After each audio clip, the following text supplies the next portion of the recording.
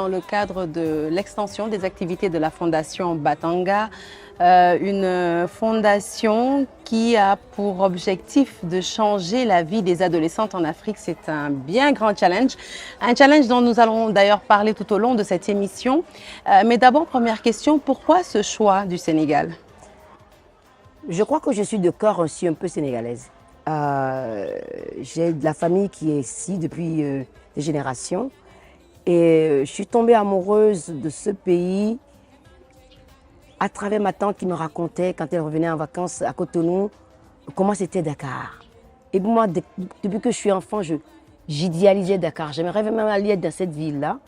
Et je suis arrivée à Dakar, la première fois, ça ne m'a pas déçue. J'ai mangé. La première fois, je crois que j'ai pratiquement fait un coma digestif parce que j'ai tellement mangé. Je n'arrivais plus à me lever, tellement c'était bon. Et je me suis dit, ah, il y a quelque chose vraiment qui ressent les parfums de Dakar, du Sénégal, à travers la narration de ma tante. Je les ai retrouvés ici. Et puis bien sûr, la musique, il y a Youssou, mon frère, avec lequel on a commencé à tourner. Nous étions souvent sur des festivals dans des conditions difficiles, mais en même temps, quand la musique jouait, tout passait en arrière. Nous avons été avec Youssou au départ de tout ce qu'on appelle la world music aujourd'hui, les pionniers, et nous sommes battus pour que les musiques de nos pays soient aussi prises en compte comme les autres musiques en fait. Et pour le lancement des activités de la Fondation, parce que vous avez démarré au Bénin, vous avez fait un travail exceptionnel. Là, pour la suite de vos activités, vous choisissez le Sénégal. Est-ce que parce qu'il y aurait des similitudes entre le Sénégal ou le Bénin? Pourquoi? Parce que l'Afrique de l'Ouest est finalement très étendue. Alors pourquoi avoir décidé de venir au Sénégal? J'ai décidé d'être majoritairement dans les pays francophones. Nous partageons la langue française ensemble avec le Sénégal et je suis ambassadrice de l'UNICEF depuis 2002. J'ai voyagé beaucoup en Afrique. J'ai été dans beaucoup de conférences et souvent, les pays francophones sont inexistants. Les voix des francophones, on ne les entend pas. Moi, je suis francophone. Je sais les problèmes que les pays anglophones ont, c'est les mêmes problèmes que nous avons. Pourquoi est-ce que nous-mêmes ne pouvons pas être à ces conférences et parler pour nous? Parler et laisser les jeunes filles aussi parler pour elles. Et c'est comme ça que j'ai décidé de monter Batanga en 2006, où au départ, tout le monde me disait « Angélique, mais t'es complètement folle. Ça ne va jamais réussir. L'école secondaire des jeunes filles, c'est un piège. Les filles arrêtent l'école. » Et ma réponse à tous ces experts que j'ai rencontrés aux Nations Unies et ailleurs, ma réponse a été « If it's easy, why bother ?» Si c'est si facile que ça, pourquoi s'emmerder? La vie d'un être humain, ce n'est pas facile. Pourquoi est-ce que les jeunes filles des pays francophones n'auront pas aussi le choix de choisir la voix au chapitre dans leur vie? En fait, c'est ça qui est à la base de Batanga. Comment travailler avec les jeunes filles, être à leur écoute et répondre à leurs besoins. Batanga, c'est aussi le titre d'une de vos chansons, hein, si mes souvenirs sont bons. Oui, je vous écoute. Mais c'est quoi Batanga? Batanga, c'est un mot que j'ai inventé quand j'étais poursuivie et puis disons, taquiner tout le temps, des fois pas de façon très gentille. Surtout ce qui m'a vraiment révolté, c'est quand les jeunes garçons se baladent avec un bâton et un miroir pour regarder en dessous de vos robes, tout pour vous humilier, pour vous dire que vous n'avez pas. Vous avez fait le primaire, ça suffit, et vous n'avez pas de place au secondaire. Et je me rappellerai ma frustration quand je suis revenue de l'école. Un jour, on dit à mon père, mais il faut que je fasse quelque chose. Je vais commencer à les casser la figure. Et mon père dit, mais non, mais on casse la figure à personne. Je ne vous ai pas élevé dans la violence, ça ne se passe pas comme ça. J'ai dit, mais qu'est-ce que je fais? Il dit, ton cerveau est ton arme absolue. Utilise-le. Ces garçons pensent qu'ils sont plus intelligents que toi, qu'ils ont plus leur place au collège que toi. Sois plus intelligente qu'eux. Donc, je suis revenue à l'école un jour. Et tout d'un coup, c'est d'exaspération et de fatigue des bêtises de ces garçons que j'ai dit Batanga. Du coup, qui veut dire pour moi, quand je dis ça, mais casse-toi, quoi, lâche-moi les baskets. Je ne viens pas à l'école je ne suis pas là pour être un objet de souffrance ou d'humiliation. Je suis un être humain. Et si j'ai envie d'aller à l'école, de devenir quelqu'un de demain, c'est mon choix. Tu n'as rien à y voir, dégage. Alors, en tout cas, la Fondation Batanga a impacté au Bénin plus de 7000 femmes et adolescentes. C'est tout simplement énorme. comment vous y êtes-vous prise? D'abord, j'ai commencé Batonga en 2006, comme je disais, dans 5 pays. Le Bénin, le Mali, le Cameroun, l'Éthiopie et la Sierra Leone. Pour l'éducation, parce que en 2002, quand je suis devenue ambassadrice de bonne volonté de l'UNICEF, on a fait toute une campagne pour toutes les filles à l'école, pour le primaire. Le droit des jeunes filles et des jeunes garçons à l'éducation universelle primaire. Et pendant un de ces voyages avec l'UNICEF, un groupe de mères tanzaniennes sont venus me voir en me disant « Angélique, on a écouté tes messages à la radio, à la télé, on a mis nos filles à l'école. Mais tu sais très bien que si ces filles finissent le primaire et qu'elles ne sont pas au secondaire, elles vont se retrouver dans un mariage précoce. Qu'est-ce que tu peux faire pour nous aider à ce que nos enfants n'aient pas la même destinée que nous aujourd'hui, qui sommes des mères qui n'avons pas de futur du tout, en dehors du mariage, d'avoir des enfants. » Et là, tout d'un coup, j'ai eu un moment de révélation de Big Bang. Parce que quand je suis arrivée en classe de 6e, mes copines, quand on était au CM2, on avait fait des projets de se retrouver au collège. La plupart d'entre elles ne sont pas venues au collège. Je les retrouve plus tard mariées avec un bébé dans le dos. Certaines sont mortes en donnant naissance. Et je me suis dit, mais c'est injuste. Et j'ai été voir mon père, je dis, mais qu'est-ce qu'on peut faire? Mon père dit, je ne peux pas intervenir dans la vie privée des gens.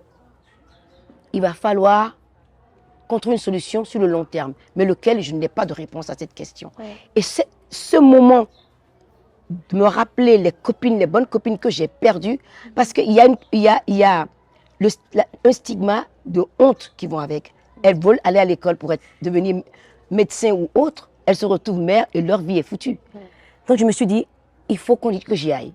Et j'ai commencé. Donc en 2016, la plupart des cohortes des filles certaines sont dans les universités, d'autres filles sont de Batonga au Bénin, sont des mentors, des peer mentors.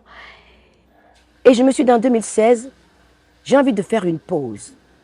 Une pause pour comprendre la raison pour laquelle les filles partent de l'école, quel est leur degré d'éducation, quels sont leurs rêves, dans quelles conditions vivent ces filles, sont-elles orphelines, vivent-elles seules, elles ont un endroit sécurisé pour vivre, qu'est-ce que c'est? Donc je me suis tournée vers une organisation qui s'appelle Population Council, qui avait développé un programme qui s'appelle Girl Roster pour le Guatemala. En fait, les thématiques que nous avons ici se retrouvent en Amérique latine. Donc on a commencé, je me suis dit, ok, si je veux faire ça, je vais me focaliser dans 2 villages difficiles du Bénin et voir comment ça fonctionne.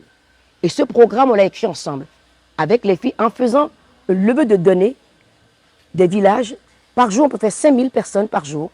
On arrive à l'ordinateur et on a une carte des besoins et des capacités des filles. Qu'est-ce qui est sorti de ça? Les filles ont demandé à avoir un endroit où elles peuvent rester ensemble pour se parler, pour se soutenir et pour faire du business. C'est comme ça que la nouvelle Batonga a commencé à faire l'autonomisation financière des filles. On leur donne un fonds, on leur apprend comment gérer un business, on leur apprend aussi à ne pas sortir quand le soleil s'est couché, quand il y a une homme derrière qui est menaçante, sensibiliser le village en disant, si une fille vient en disant je me sens en danger parce qu'il y a un monsieur qui me suit, qu'on l'accueille et qu'on lui donne, qu'on l'accompagne chez elle. Donc on a commencé petit à petit comme ça et c'est devenu quelque chose qui a dépassé complètement ce que moi je pensais faire. Toutes vos attentes. Absolument. Alors au Sénégal, vous avez porté justement votre choix sur les régions de Kolda et Sédhiou. C'est vrai que vous prévoyez d'y autonomiser 5000 femmes, on va dire, en tout cas 3000 pour ce qui est de l'autonomisation, et c'est tout le mal qu'on vous souhaite. On vous souhaite même d'en faire plus. On le sait, les pays africains, en termes de lutte contre la pauvreté, ont à peu près les mêmes défis, mais chaque pays a tout de même ses spécificités, ses valeurs, ses croyances. Et d'ailleurs, vous l'avez souligné en parlant de mariage précoce, parce que c'est aussi une des raisons d'abandon scolaire ici au Sénégal. Comment faire pour obtenir à peu près ou réaliser, je dirais même, les mêmes performances ici au Sénégal qu'au Bénin? Moi, ce qui est important pour moi, ce que j'ai remarqué, c'est que c'est vrai que quand on arrive quelque part, les parents sont en se disant, mais c'est quoi ça? Et moi, chez moi, je suis connue un peu partout. Mais moi, dès le départ, je dis toujours aux filles, je ne prends pas la place des parents. Ce n'est pas mon rôle. Vos familles, on va leur parler avec elles pour leur expliquer ce qu'on est en train de faire. Ce qui est important ici pour moi, je suis souvent dans les instances internationales. On parle souvent des femmes africaines. On parle souvent de nos problèmes. Je n'aime pas le temps. Je n'aime pas le fait qu'on devienne des statistiques. Les jeunes filles en Afrique sont des êtres humains qui ont les mêmes droits que tout chacun de nous. Quand on met un enfant au monde, notre devoir de parents, c'est de les aimer, de les protéger. Moi, mon père m'a protégé contre toutes les traditions qui peuvent me faire du mal. Parce qu'il dit toujours, mes enfants ne sont pas des marchandises. Mes enfants sont des êtres humains que j'ai eu la chance d'avoir. Et mon devoir de père, c'est de les accompagner dans leur vie d'adulte pour que ces enfants puissent faire leur choix de partenaire de vie ou tous les choix, les erreurs possibles qu'ils peuvent faire. Moi, pour moi, c'est ça un père. Mon père est un Africain. Il a toujours dit, comment est-ce qu'on peut vivre en mettant en harmonie les traditions et la modernité? Est-ce que nous, les Africains, nous avons toujours envie d'être perçus comme des êtres arriérés qui ne peuvent pas avancer dans le temps? Les mariages précoces ont existé partout. En Europe, dans tous les pays sur la planète. Pourquoi ne pouvons-nous pas mettre fin à ça en Afrique? Pourquoi cette tradition qui fait autant de mal aux jeunes filles, pourquoi elle continue? On commence à avoir des datas sur le nombre de jeunes filles qui meurent en donnant naissance. C'est-à-dire qu'on sacrifie nos filles sur la table d'accouchement. Accoucher d'un enfant, c'est un événement heureux. Ça ne doit pas donner la mort à quelqu'un. Laissez les enfants grandir. Moi, je suis là pour vous aider à les voir grandir et à les voir apporter un peu de soulagement à la famille par l'autonomisation financière et à aider les communautés à sortir de la pauvreté. Parce qu'il est prouvé aujourd'hui, et par les résultats que j'ai avec Batonga, que quand une jeune fille a un métier qui ramène de l'argent, la pauvreté diminue parce qu'elles investissent encore dans leur famille et dans leur communauté. Donc, moi, ce que je dis aux parents, que ce soit au sud du Sénégal, au nord du Sénégal, partout en Afrique, travaillez avec moi. Vos enfants, vous les aimez. Vos jeunes filles, vous les aimez. Moi, je vous aime tous. Moi, j'aime mon continent au-delà des mots que je peux trouver parce que j'ai vu, je connais ce continent. Je connais la résilience des Africains. Je connais la beauté de ce continent et sa diversité. On est tellement riches et nous, les Africains, nous ne sommes même pas conscients du pouvoir que nous avons. Du potentiel. Et du potentiel que nous avons. Et moi, c'est ce que je dis. Laissez les jeunes filles devenir des adultes. Laissez-les nous aider à changer le paradigme complètement de la pauvreté. Elles créeront des emplois. Elles aideront les parents. Le jour où elles se marieront, les parents seront heureux parce que ce n'est plus un poids sur leur dos. Cette jeune fille va les aider à porter le lot de tous les jours. Moi, mon but, c'est ça. C'est tout simplement ça. Alors, au Sénégal, la cartographie scolaire, elle est en pleine expansion. Malgré les efforts du gouvernement, hélas, on constate qu'encore en 2023, surtout dans les régions du sud que vous visez, qui sont Kolda et Sédhiou, des jeunes filles, des jeunes garçons étudient encore dans des abris provisoires. Quand on sait que la qualité de l'éducation dépend aussi de la qualité de l'infrastructure, est-ce que votre fondation serait prête à contribuer carrément à un apport du côté infrastructurel en construisant des écoles? On n'en est pas là. On n'en est pas là. On va créer des infrastructures pour créer des emplois pour les jeunes filles. Mais si à un moment donné, ça peut rentrer dans mon curriculum, je le ferai.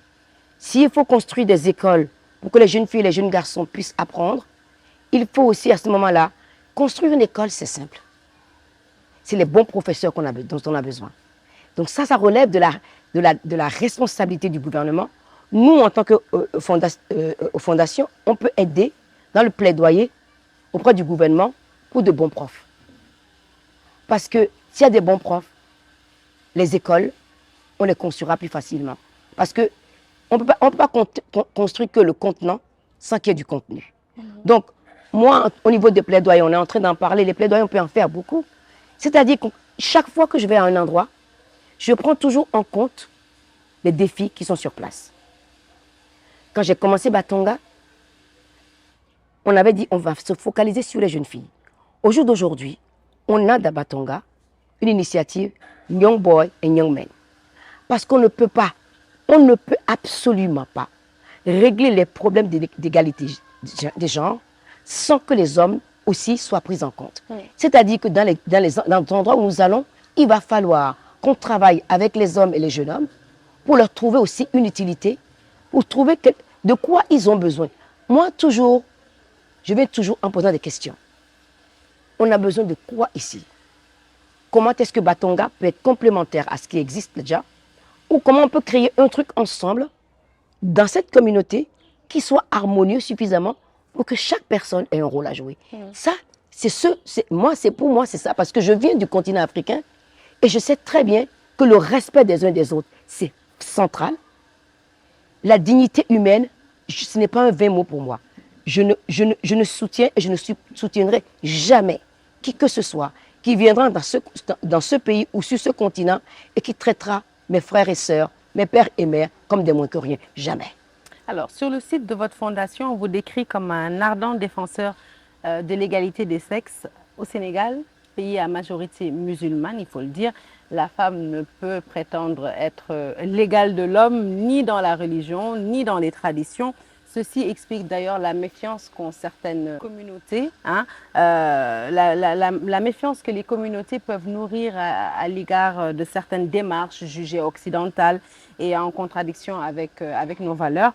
N'avez-vous pas peur que ces réalités que vous risquez peut-être de confronter ou d'affronter sur le terrain soient un frein à votre ambition d'aider ces femmes et ces filles? Non, moi j'ai grandi dans une famille, il y a des chrétiens, des protestants, des musulmans, toutes les religions.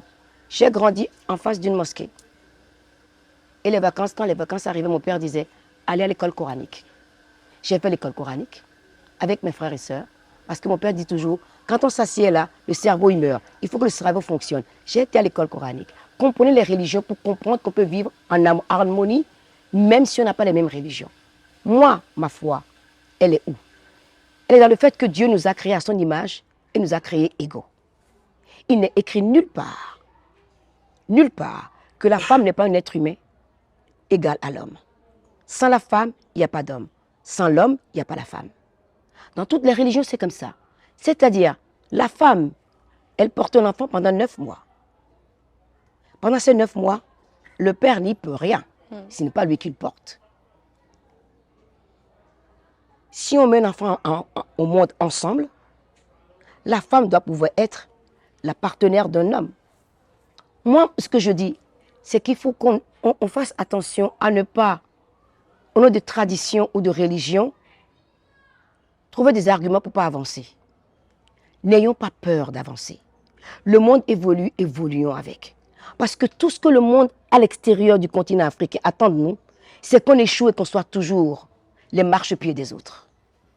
Je parlerai aux chefs religieux, je leur demanderai leur aide. Parce que leur fierté est la mienne.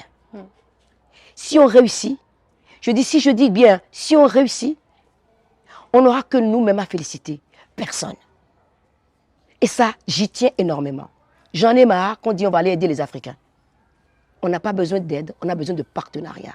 On a besoin de se parler pour voir où sont les problèmes, où sont les résistances, comment parler, comment trouver ensemble une situation ou un modèle qui fonctionne justement pour l'épanouissement de ces jeunes filles, parce que tous les pères sont fiers de leurs enfants, garçons comme filles. En tant que femme africaine, épouse, mère, artiste de renommée mondiale, avez-vous déjà ressenti, ne serait-ce qu'une seule fois, le fait que d'être femme a été un frein à la réalisation de vos objectifs? Et si je vous pose cette question, c'est parce que j'ai lu dans une de vos interviews, mon père a été la personne qui s'est battue contre la famille et la société pour que je puisse chanter. C'est pourquoi je dis que mon féminisme n'est pas contre les hommes, mais contre les gens qui ne comprennent pas que les femmes doivent exister aux côtés de nos hommes. C'est ça votre version du féminisme? Ah mais absolument. Mon féminisme n'est pas anti-homme, moi. J'ai 7 frères. C'est eux qui m'ont appris à me défendre. J'ai fait du karaté, j'ai fait plein de trucs, je grimpais, j'ai fait du football. Moi, j'ai joué du foot. J'étais goal, moi.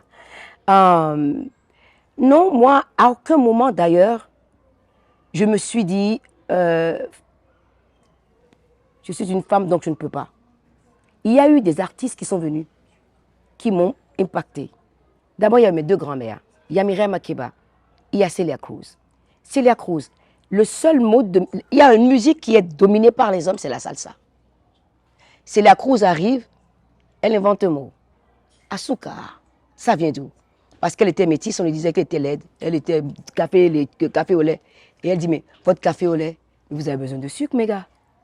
Sans le sucre, il n'y a pas de café. En fait, c'est-à-dire, il faut trouver sa place. Et il ne faut pas laisser les gens vous définir. Mon genre ne me définit pas. Je suis un être humain. Et mon père dit toujours, l'intelligence n'a pas de sexe. Moi, je dis toujours, mon père est le premier féministe que j'ai connu. Ma mère et mon père m'ont dit, mon père m'a dit ceci, quand je faisais la cour à ta mère m'a dit, dès le départ, ma passion c'est le théâtre. On aura une famille, mais un jour, il va falloir que je fasse du théâtre, que j'ai ma troupe de théâtre. Je me suis engagée à le faire. Ma maman a eu la troupe théâtrale la plus large en Afrique de l'Ouest dans les années 60. Mon père ne l'a jamais arrêté. Parce que mon père dit toujours, si ma femme n'est pas mon partenaire de vie, qui peut prendre les responsabilités, qui peut prendre des décisions quand je ne suis pas là, quand il y a une urgence, je n'ai pas épousé un être humain. C'est comme un animal de compagnie. Et ce n'est pas ça. Et qu'un homme qui accepte sa féminité et sa masculinité est un homme qui comprend que quand une femme est en haut, l'homme est en haut. Quand une femme est en bas, l'homme est en bas. Donc pour moi, ce que je dis toujours à tous ceux qui disent que les femmes n'ont pas le droit de faire ces passes, la question que je pose souvent à certains hommes, c'est de quoi avez-vous peur? Quelle est la menace que nous sommes pour vous si nous arrivons à avoir une vie plus indépendante? Parce que ma mère était partenaire de mon père. Quand on est partenaire dans un mariage, on apporte sa part. Les jeunes filles qui ont business, si elles se marient, un jour, n'importe quoi peut arriver. Au mari, elles sont là. Moi, je prends l'exemple de mes deux grand-mères. Elles sont devenues veuves toutes les deux à 35 ans. Et au moment où elles sont devenues veuves, elles devaient épouser la personne la plus proche de leur mari. Toutes les deux ont dit non, nous ne sommes pas des marchandises. On n'en veut pas. On a couché avec un homme et c'est tout. Et quand on te dit ça, tu dis ça. Au moment où ça ne se fait pas, tu te retrouves toute seule. Et toutes les deux se sont retrouvées toutes seules. Mais elles ont réussi. Ma maman est fille unique, mon père est fils unique. Et tous les deux ont été à l'école. Je viens de ça. Je viens de cette décision qu'a pris mes deux grands-mères en disant, mais non, nous ne sommes pas des corps interchangeables. Donc, les hommes ont un rôle à jouer.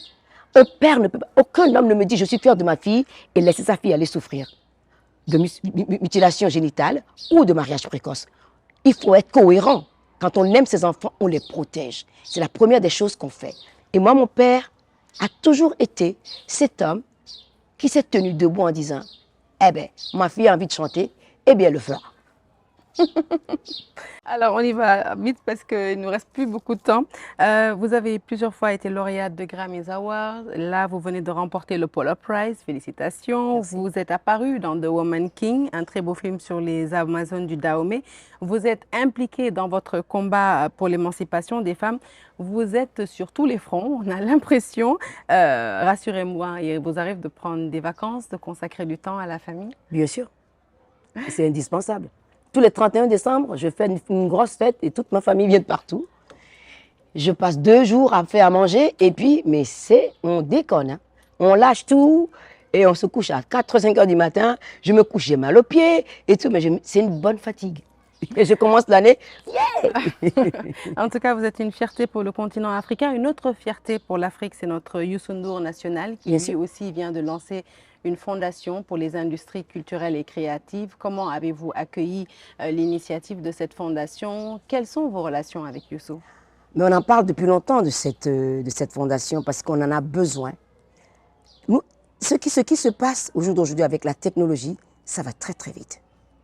Si nous les Africains, nous ne sommes pas capables de protéger notre propre culture, on est mal barré. Donc, Youssou ne peut pas ne pas participer à ça. C'est pas possible parce que je n'ai jamais... tous les artistes sénégalais que je connais, ils ont une telle fierté de leur pays que ça donne envie aux autres. Donc, quand on est fier de sa propre culture, on doit la protéger.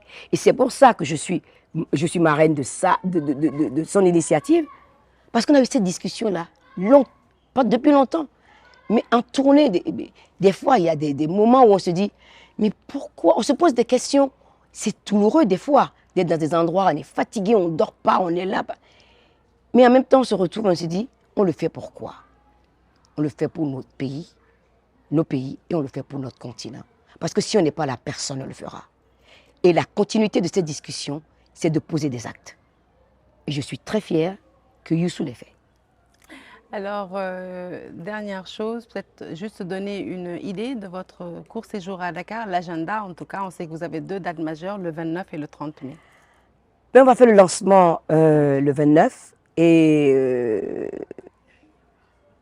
j'aimerais pas faire un grand événement parce qu'on vient de s'installer. Et je dis ceci, on s'installe en petit comité, on va inviter quelques personnes pour leur parler de Batanga. Et j'espère revenir d'ici 1 an ou 2 pour célébrer avec les Sénégalais des résultats qu'on a. Et je fais appel aux communautés où on va aller d'être à l'aise. On n'est pas là pour mettre en question l'autorité des chefs religieux ou des parents. Nous sommes là pour être un appui, pour aider les parents à voir le potentiel de leur jeune fille et qu'ils y participent et qu'eux-mêmes puissent tirer une fierté en se disant « Batanga est arrivé ici, on a compris et nous sommes fiers de ce que deviennent nos filles ». On dit toujours chez nous, c'est les filles qui s'occupent des parents quand ils vieillissent.